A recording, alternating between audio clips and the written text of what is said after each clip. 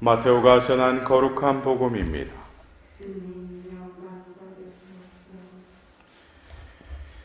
그때 예수님께서 길을 가시는데 눈먼 사람 둘이 따라오면서 다윗의 자손이시여 저희에게 자비를 베풀어 주십시오 하고 외쳤다. 예수님께서 집 안으로 들어가시자 그 눈먼 이들이 그분께 다가왔다. 예수님께서 그들에게 내가 그런 일을 할 수 있다고 너희는 믿느냐 하고 물으시자 그들이 예 주님 하고 대답하였다. 그때 예수님께서 그들의 눈에 손을 대시며 이르셨다. 너희가 믿는 대로 되어라. 그러자 그들의 눈이 열렸다. 예수님께서는 아무도 이 일을 알지 못하게 조심하여라 하고 단단히 이르셨다. 그러나 그들은 나가서 예수님에 관한 이야기를 그 지방에 두루 퍼뜨렸다. 주님의 말씀입니다. 그리스도님 찬양합니다.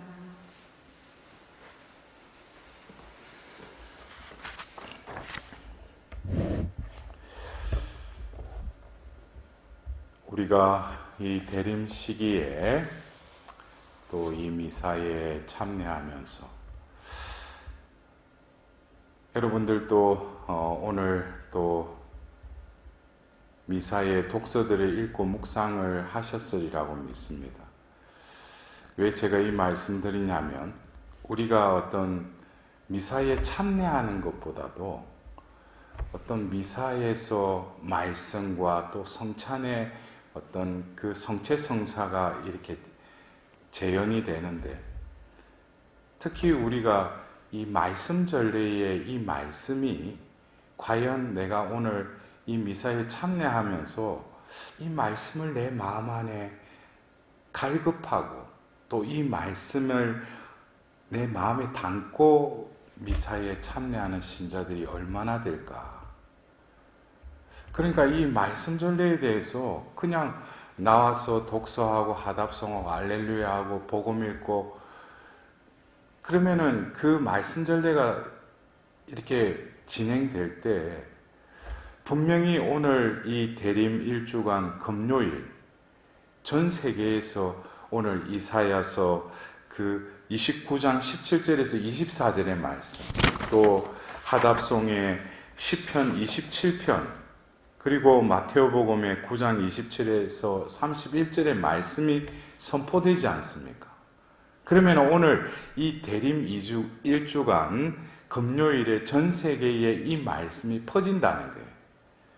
그러면은 하나님 백성인 우리들은 세상 사람들은 이제 이 12월 달 이 해의 마지막 달을 보내면서 여러 가지 또 분주한 하루를 지내겠지만 우리는 이 전례력의 새해를 또 맞이하면서 또 이 대림 시기에 하나님께서 당신의 뜻을 드러내시는데 매일매일 영원한 생명의 말씀을 그 자녀들에게 구약의 그 광야의 이스라엘 백성들에게 만나를 내리셨듯이 하나님 백성들에게 그 대림 시기의 은총을 맛보도록 이 영원히 썩지 않는 생명의 이 말씀을 우리에게 내리신다는 거예요. 그래서 우리가 이 대림 시기에 어제도 제가 온라인을 통해서 또 그 월피정을 또 이렇게 했어요. 근데 올해는 이 코로나로 인해 가지고 각 본당에도 뭐 대림 특강도 스케줄에 왜냐하면 사람들이 모여야 되니까 그리고 지금 미사도 보면은 뭐 어떤 거리두기 해가지고 몇 프로만 이렇게 참석하는 이러한 상황 속에서 또 이 대림 시기에 또 1년에 매년 2번 하는 판공성사 또 마련되어 있는데 어떻게 될지 모르지 않습니까?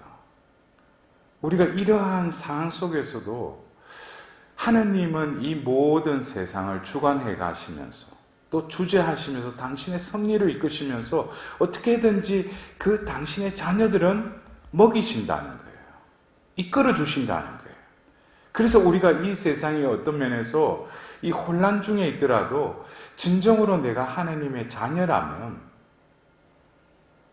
교회를 통해서 하나님의 그 뜻을 내가 얼마만큼 그 목마른 사슴처럼 갈급급하게 그 물을 찾아서 시냇물로 나아가듯이 그렇게 나아가려고 하고 있는지.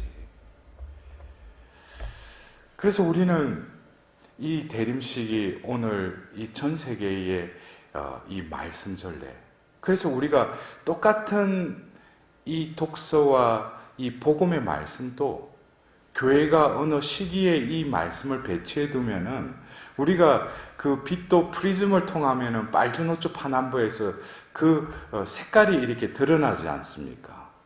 그것처럼 그 시기에 이 말씀을 배치해 놓은 것은 그냥 그 말씀 하면은 그냥 그 말씀을 묵상하는 데 있어서 왜 교회가 이 대림 시기에 이 말씀을 우리에게 주시는가? 그렇다면은 이 대림 시기의 빛 아래에서 우리는 이 말씀을 다시금 바라봐야 돼요.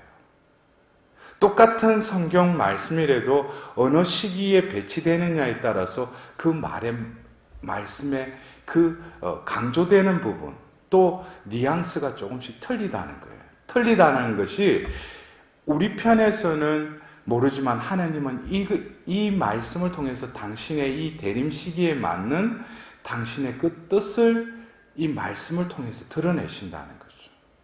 그래서 우리가 오늘 이 이사야서 29장의 말씀, 또 마태오복음의 그 이 눈먼 사람 2명의 이것을 대림 시기의 빛 아래서 우리가 이 말씀을 이렇게 바라보자면 오늘 여러분들 뭐가 공통적인 것 같아요? 여러분들 어떻게 오늘 말씀 전에 읽고 묵상하셨죠, 그죠?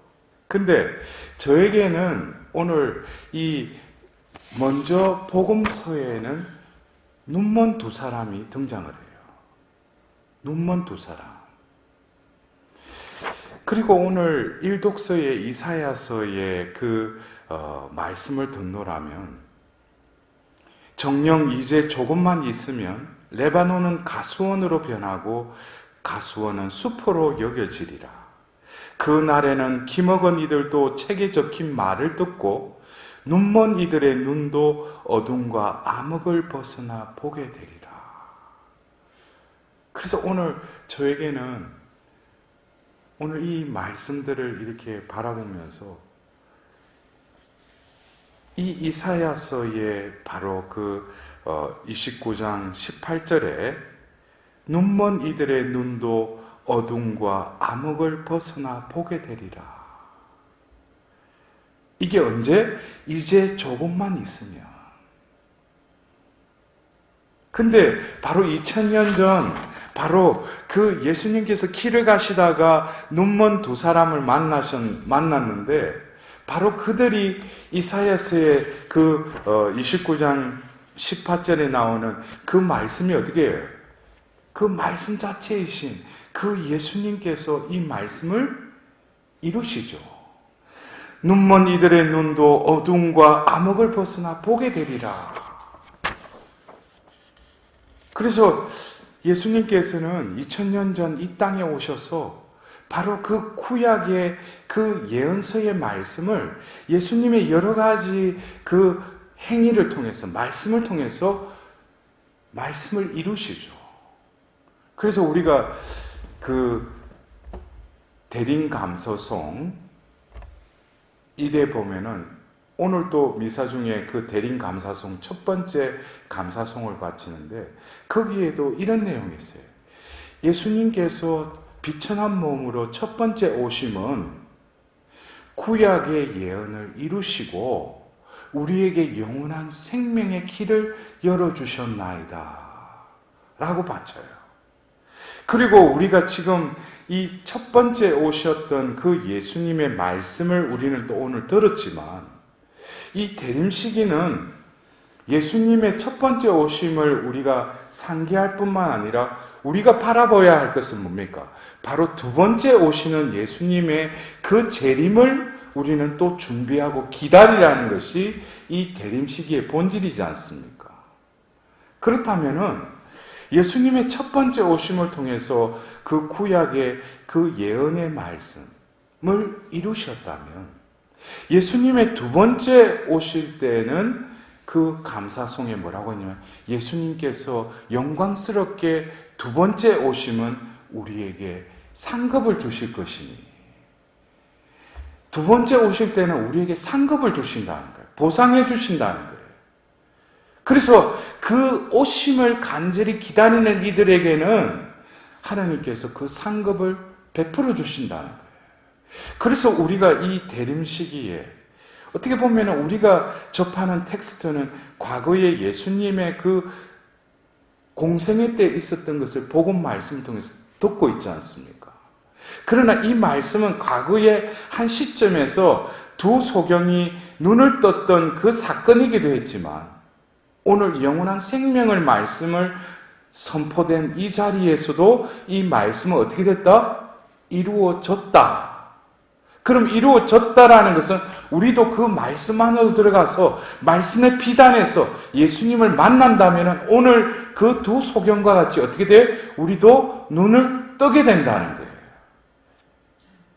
그렇게 될 때 바로 이 말씀의 전례에 오늘 참석했을 때 내가 그냥 미사만 그냥 보는 것이 아니라 말씀의 비단으로 들어가서 바로 오늘 이 대림 시기에 하나님께서 우리에게 베푸시려고 하시는 것이 바로 이 대림 시기에 우리는 이 두 소경과 같이 어떻게 다윗의 자손이시여 저희에게 자비를 베풀어 주십시오. 이 자비를 베풀어 달라는 것은 눈이 보이지 않는 그들에게는 모든 것이 캄캄한 세상이듯이 우리들은 눈은 떴지만 하나님의 빛 가운데로 나아가지 못하기 때문에 끊임없이 내 안의 어둠 속에 사로잡혀 있는 나 자신의 또 다른 영적인 소경임을 깨닫고 이 두 소경과 같이 예수님께 부르짖어야 된다는 거예요. 저희에게 자비를 베풀어 달라고. 그러나 예수님께서는 그 두 소경에게 다가가셔서 내가 그런 일을 할 수 있다고 너희는 믿느냐? 그러셔요. 그러자 그들이 뭐래? 예, 주님, 그래. 예, 주님. 우리는 이 복음서에 보면은 소경에 대한 여러 어떤 일화들이 나옵니다. 그들이 예리코의 소경 또 뭡니까? 자비를 베풀어 달라고 그래요. 그리고 요한복음에 나오는 그 소경은 예수님이 그는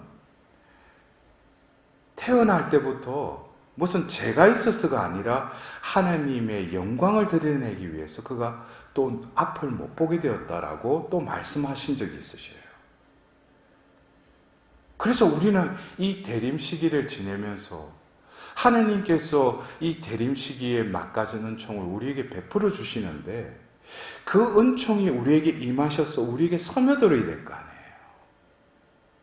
그러려면 오늘 우리는 그 두 소경과 같이 내 안에 판을 치고 있는 그 어둠과 암흑이 무엇인지 그것은 많은 이들이 내 안에는 죄악으로 가득 차 있고 상처로 가득 차 있다. 근데 여러분들이 여러 성당이지만 우리 이곳은 자비의 경당이잖아요. 또 성전 한가운데 자비의 예수님의 성화가 모셔져 있지 않습니까? 예수님의 그 성심으로부터 뿜어져 나오는 물과 피의 형상으로 우리에게 자비가 베풀어지고 있지 않습니까? 그렇다면은 우리가 자비의 예수님 저 성화 앞에서 예수님 저에게 자비를 베풀어 주십시오 한다면 예수님이 그렇게 하리라고 너는 믿느냐 할 때 어떻게 되겠어요? 예 주님이 이래야 되겠죠. 그러면 예수님이 이어서 뭐래요? 너희가 믿는 대로 되어라. 여기서 그래요. 예수님은 그를 치유해 주고 싶어요. 그러나 중요한 것은 모든 그 키는 내가 가지고 있다는 거예요. 예수님은 한없이 그냥 베풀어 주시는 분이지만 그 베푸시는 자비가 나에게 임하려면은 내가 그 키를 열어야 돼요. 그 키가 바로 뭐예요? 믿는 대로 되리라. 내가 과연 믿음이 있는가? 그냥 자비의 예수님 앞에 머물면서도 그냥 내 마음은 그냥 닫혀져 있다면 예수님 당신만이 나의 마음속에 내 존재에 드리워진 어둠과 암흑을 걷어내시고 진정으로 내가 새빛을 보게 해줄 수 있는 유일한 분이십니다. 그때 내가 믿음이 발해야 되겠죠. 예수님만 바라봐야 되겠죠. 예수님만 희망해야 되겠죠. 그럴 때 예수님이 2000년 전 그 자비가 베풀어지듯이 오늘 이 자리에서도 어떻게 하겠어요? 자비가 베풀어진다는 거예요. 근데 중요한 것은 우리는 사물을 볼 수 있는 이 육안은 뜨고 있잖아요. 근데 우리는 이 교회에서 오늘 이 이사야서의 말씀과 또 이 마태오복음의 이 말씀을 통해서 우리는 다시금 뭐예요? 제가 조금 전에도 말씀드렸어요. 우리는 또 다른 소경이라는 거예요. 눈은 뜨고 있는데 보이지 않는 하나님은 보이지 않지만 믿음의 눈으로는 보인다는 거예요. 근데 이 보는 눈은 믿음의 눈이 뜨였다라는 것은 어떻게 내가 체감할 수 있는가? 그것은 바로 하답송의 그 시편 저자와 같은 고백이 나와야 돼요. 주님은 나의 뭐라고 했어요? 나의 빛이라고 그랬어요. 주님은 나의 빛. 여러분들, 우리가 육안도 이 조명이 있고 낮에 어떤 빛이 있어야지 볼 수 있잖아요. 근데 주님은 나의 빛이라고 하는 이 의미는 뭐겠습니까? 그것은 시편의 다른 기절에 이런 말씀이 있어요. 저는 당신 빛으로 빛을 보나이다. 당신 빛으로 빛을 보나이다. 이것은 바로 바로 이사야서 29장 18절에 눈먼 이들의 눈도 어둠과 암흑을 벗어나 보게 되리라 그랬는데 이 어둠과 암흑은 내 안에 들여다보니까 죄악이 가득하고 상처로 가득한 그 어둠과 암흑이 아니라 나라고 하는 그 자아의 틀 속에서 갇혀있는 결국 뭡니까? 주님은 나의 빛이라면 나는 뭐예요? 여러분들 잘 생각해요. 주님은 나의 빛이라고 그랬죠. 그럼 나는 뭡니까? 주님의 빛이죠. 여러분들 이게 주님은 나의 빛이라면 나는 뭐예요? 주님의 빛이라는 거예요. 그것을 예수님은 어떻게 표현하셨어요? 너희는 세상의 빛이다 그랬어요. 등경 위에 올려주면 그 주위를 어떻게 한다고 했어요? 밝힌다고 그랬어요. 우리 존재가 주님의 빛이라는 거예요. 그래서 여러분들 이사야서의 오늘의 그 말씀 말미에 보면은 야곱 집안의 하나님이신 주님께서 이렇게 말씀하신다. 야곱은 더 이상 부끄러운 일을 당하지 않고 더 이상 얼굴이 창백해지는 일이 없으리라. 그들은 자기들 가운데에서 내 손의 작품인 자녀들을 보게 될 때 나의 이름을 거룩하게 하리라. 여러분들 여기서 보면은 이 세상에 많은 이들이 예수님, 하나님은 볼 수가 없어요. 근데 누구를 보고 나의 이름을 거룩하게 하리라고 그랬어요? 내 손의 작품인 자녀들을 보게 될 때. 제가 조금 전에 그랬죠. 우리는 뭐라고 했어요? 주님의 빛이라고 그랬죠. 세상의 빛이라고 그랬죠. 그래서 세상 사람들이 암흑에 빠져서 어둠 속에 있는데 내가 그 눈이 열려서 내 존재가 바로 주님의 빛, 세상의 빛이라는 것을 깨닫고 그 빛을 드러내는 것은 내 안에 계시는 빛 자체이신 분이 그 빛을 드러낼 때 세상 사람들이 나를 보고 뭐예요? 하느님의 거룩한 이름을 부르게 되리라. 이 말씀이 오늘 이 대림 시기에 우리는 성부, 성자, 성령의 이름으로 세례를 받았지 않습니까? 그리고 하나님을 아버지라고 부르지 않습니까? 예수님을 주님이라고 고백하지 않습니까? 근데 내 삶은 진정으로 등경 위에 올려진 그 등불과 같이 주위를 밝히고 있느냐에 대해요. 그러나 아직까지 내 안에 갇혀서 나 자신만 바라보고 있는 그 어둠에서 헤어나지 못하면은 결국 그 빛은 밝음을 발산하지 못하겠죠. 그래서 하나님께서는 바로 이 대림 시기에 오늘 이 말씀을 통해서 너는 내 손의 작품이다. 너는 빛이 있다고 하지만 이 빛은 사라질 것이고 영원한 빛이신 주님만을 바라보아라. 그 주님의 빛 속으로 들어와라. 그러면 너의 존재를 나의 빛으로 거듭 태어나게 하리라. 그것이 바로 오늘 두 소경이 눈을 떴듯이 육안은 떠 있지만 내 영적인 눈은 또다시 바라보지 못하는 그 눈이 어떻게 되겠어요? 오늘 내가 다시 보게 되는 거죠. 그래서 이 대림 시기에 그 은총이 매일매일 우리에게 주어지는 이 말씀이 내 발의 등불이 되어서 이 대림 시기의 하루하루를 이 말씀의 징검다리를 한 발짝 한 발짝 걸을 때 결국 우리의 발걸음은 어디로 향하겠어요? 바로 베들레헴의 그 마구간으로 이 말씀은 이끌어 가실 겁니다. 여러분들, 우리가 그래요. 대림 시기에 여러 가지 우리가 은총을 어떻게 누릴까? 근데 오늘 이 말씀을 통해서 우리는 이 대림 시기에 어떤 신심행위도 좋아요. 그러나 이 말씀을 우리가 묵상하고 이 말씀을 실행하는 그 하루하루가 쌓이다 보면 하나님께서는 이 한 해를 시작하는 이 전례력의 한 해에 우리에게 각자에게 필요한 은총을 하나님께서 베풀어 주신다는 거예요.